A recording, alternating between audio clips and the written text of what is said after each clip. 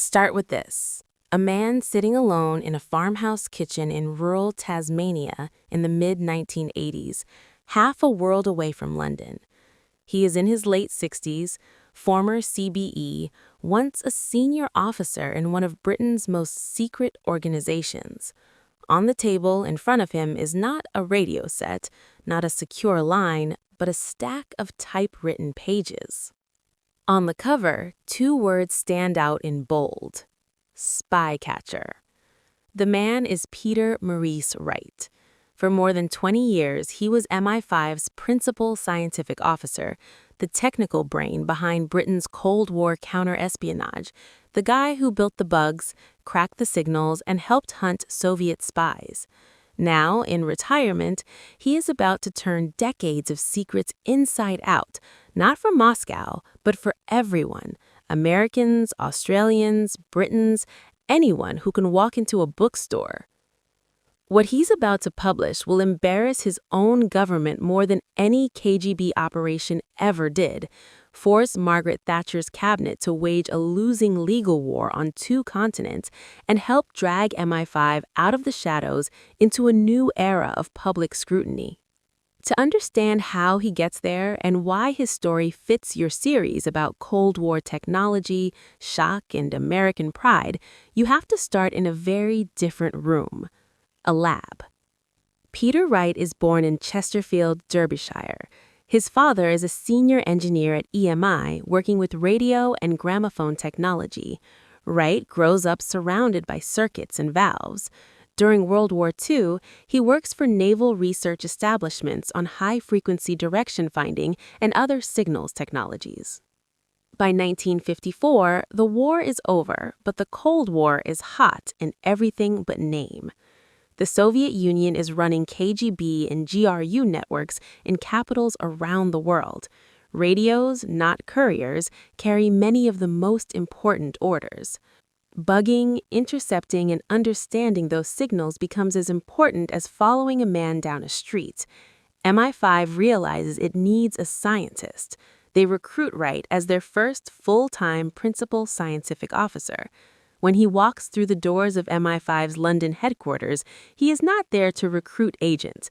He is there to build machines. He quickly becomes the service's technical spear point. One of his early achievements, later described in his book, is a technique he dubs rafter, using a sensitive receiver to detect the tiny electromagnetic emissions from super heterodyne radio sets and determine what frequency they are tuned to. Practically, this means MI5 vans can park outside a suspected spy's home or an embassy and tell if someone inside is listening to Moscow's shortwave broadcasts. He also helps design operations like Engulf, coordinating radio interception and direction finding against Soviet targets.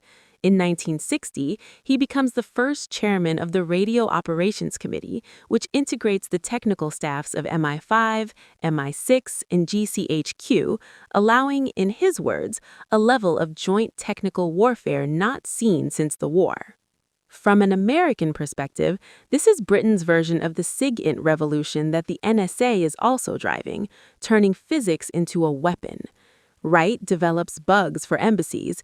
He oversees the planting of microphones in cipher rooms and conference halls. One of his most famous operations, later confirmed in obituaries, is the bugging of the Egyptian embassy's cipher room in London before the Suez Crisis in 1956, giving Britain a window into Nasser's communications.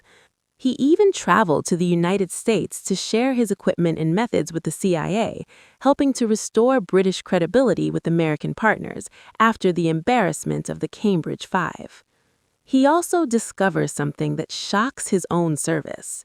Using specially adapted receivers, he demonstrates that the Soviets in London have been monitoring MI5's own radio communications, especially the chatter of watchers, the surveillance teams following suspected KGB officers. In other words, while MI5 thinks it is shadowing KGB spies, the Soviets are shadowing MI5. Under Wright's direction, MI5 changes its frequencies and procedures, and suddenly, as he later put it, the Soviets are operating blind. His status inside the service rises sharply. He has proven that with the right technology, you can not only spy on the enemy, you can find out when the enemy is spying on you. That is the core of Cold War signals competition, a fast-moving race where each side tries to out-innovate the other, and where a small technical edge can flip the advantage overnight. But as Wright's technical star rises, something else happens. He becomes a mole hunter.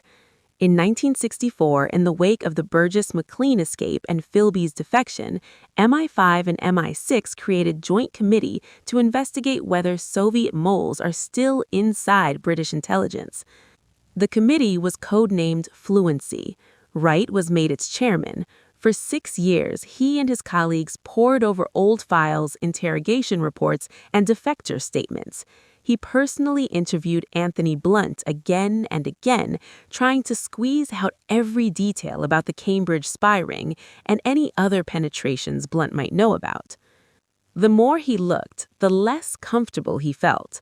Operations had failed in puzzling ways. Agents in Eastern Europe had been rolled up.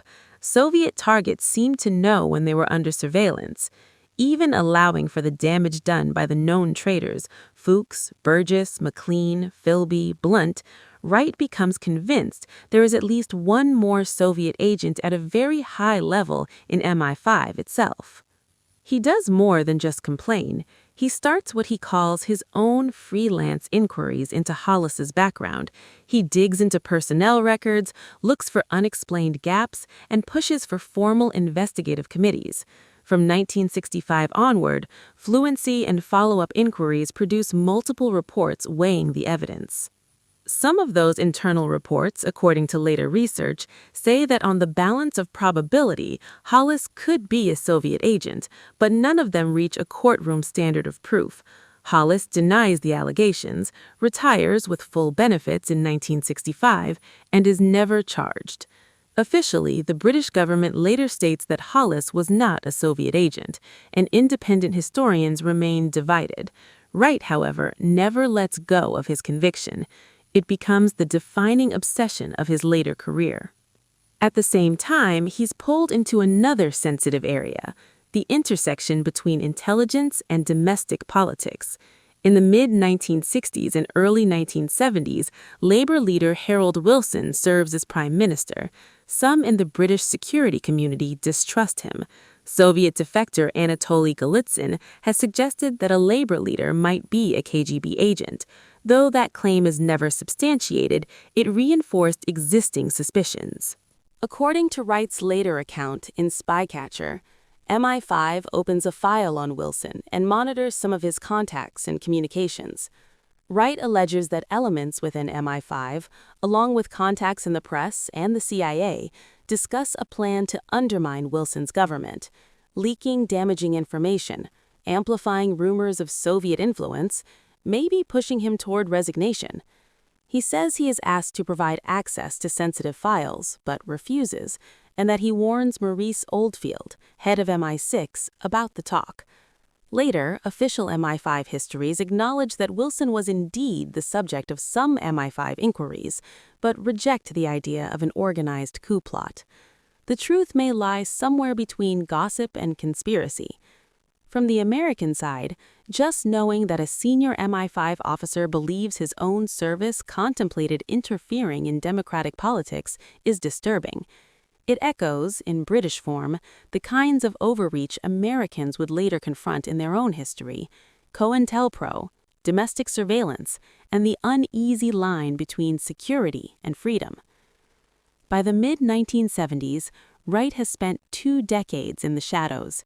He has helped build Britain's technical surveillance capability, uncovered that the Soviets were monitoring MI5's own communications and helped blind them, played a central role in major counter-espionage cases like the Portland spy ring, chaired the Fluency mole hunt, argued unsuccessfully that his own Director General is a traitor.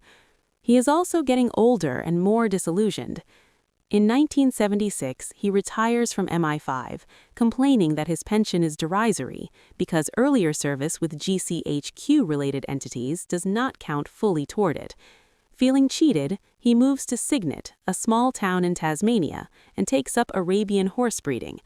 But he does not leave the world of intelligence behind. He becomes a key anonymous source for journalist Chapman Pincher's 1981 book, Their Trade is Treachery, which already makes sensational claims about Soviet penetration and MI5's failures. The British government sees the book as damaging but manageable. Then they discover that Wright is writing his own. In 1985, Australian publisher Heinemann approaches Wright to write a candid account of his life in intelligence. He is by now embittered about his treatment, convinced he has a duty to expose what he sees as MI5's hypocrisy, and eager to secure some financial security. He agrees. He works with writer Paul Greengrass to compose Spycatcher, the candid autobiography of a senior intelligence officer. In its pages, he lays out his technical work on bugs, including exploiting emissions from superhet radios and demonstrating how the Soviets were spying on MI5, the bugging of embassies and cipher rooms, including the Egyptian embassy before the Suez Crisis, and the bugging of conference rooms at Commonwealth meetings. Allegations that MI6 plotted to assassinate Egypt's president Gamal Abdel Nasser by sabotaging his aircraft during the Suez Crisis, claims that MI5 and the CIA conspired to undermine Harold Wilson's Labour government with leaks and destabilization efforts, his belief that Sir Roger Hollis was a Soviet mole and that the British country covered it up, descriptions of MI5's internal culture, including routine burglaries, black bag jobs, and a cavalier attitude to legal limits summed up in his phrase, "The 11th commandment was, 'Thou shalt not get caught.'" From an American vantage point, Spycatcher reads like an X-ray of an Allied security service, warts and all, written by the man who helped build its X-ray machines. The British government is horrified. Margaret Thatcher's cabinet sees an immediate danger, that allowing a former MI5 officer to publish such a memoir will set a precedent. Others might follow. The whole culture of lifetime secrecy could unravel. Internal memos released years later show Thatcher scribbling that she is utterly shattered by the manuscript and that the consequences of publication would be enormous. They launch an illegal offensive. In Britain, the Attorney General secures injunctions preventing publication or serialization of Spycatcher and prohibiting British newspapers from reporting its contents. But the publisher has an ace. The book is being printed in Australia, outside of UK courts. The British government hires lawyers in New South Wales and sues Wright and the publisher to block publication there as well, arguing that he is breaching his official secrets duty. The case becomes a sensation. Wright appears in an Australian courtroom, a former spy, openly describing MI5 operations. In 1987, Australian courts, culminating in a High Court decision, rule against the British government, holding that they cannot enforce British secrecy laws in an Australian court, and that much of the information is already effectively public. Spycatcher is published in Australia and quickly in the United States. It becomes an international bestseller, selling over 2 million copies. Back in Britain, the government's position collapses into absurdity. The book cannot be sold in British shops, but anyone can order it from abroad or bring it back in luggage. Scottish papers, not covered by English injunctions, publish details that London papers cannot. Copies are photocopied, shared, passed hand to hand. The government still tries to stop British newspapers from quoting Spycatcher, arguing that even if the information is out, former officials and the press must respect official secrets. Eventually, the case reaches the European Court of Human Rights as The Times and Guardian versus the United Kingdom, where the court found that the injunctions violated freedom of expression because the information was already widely available. In effect, technology and globalization have defeated the old model of secrecy. Cheap printing, international distribution, and even simple airmail make it impossible for one government to contain a story once it breaks free. For MI5, the damage is painful but transformative. The Spycatcher affair forces the service to confront its own lack of legal foundation and accountability. Until 1989, MI5 technically operates without a clear statutory basis. In the wake of the scandal and other pressures, Parliament passes the Security Service Act 1989, formally recognizing MI5 and defining for the first time in law its functions and limits. It is part of a broader trend across Western democracies. Intelligence agencies are dragged, sometimes kicking and screaming, into a world where they must answer to courts, oversight committees, and, indirectly, to the public. From the American side, there is a familiar echo. The United States has already gone through its own church committee investigations, COINTELPRO revelations, and post-Watergate reforms.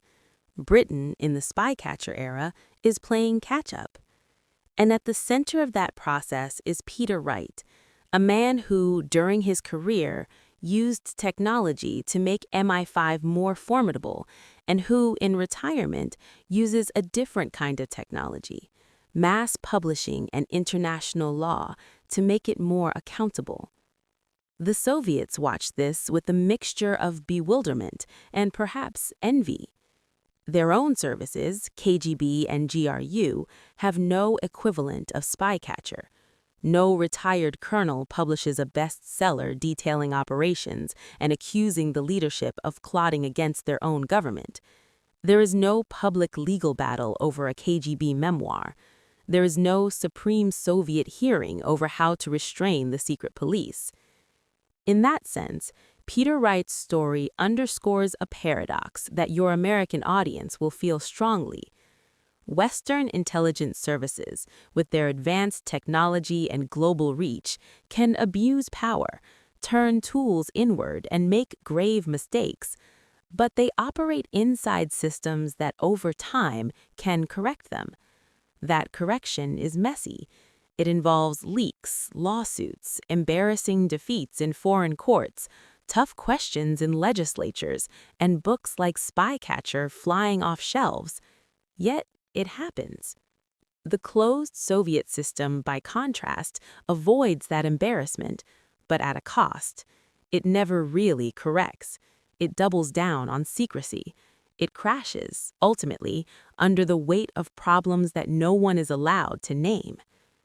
Peter Wright spends his career in the technical front line of the secret war, discovering that the Soviets are listening to MI5, then blinding them, bugging cipher rooms, helping the CIA, hunting moles with analytic tools that mirror, in miniature, what American codebreakers are doing with Venona. Then, with one book, he drags his own service into the kind of public scrutiny that only a technologically advanced, legally constrained democracy can produce. For Americans watching, the message is layered. Yes, your closest allies sometimes did things in secret you might find troubling. Yes, the tools you share, bugs, frequencies, analytic techniques, can be used in ways that push the boundaries. But you belong to a camp where, eventually, those stories come out, courts weigh in, and even a former spy in a Tasmanian farmhouse can tilt the balance toward more openness. The men in Lubyanka never had to deal with that. And in the long run, that difference is one of the reasons why the side that could afford Spycatcher is the side that won the Cold War.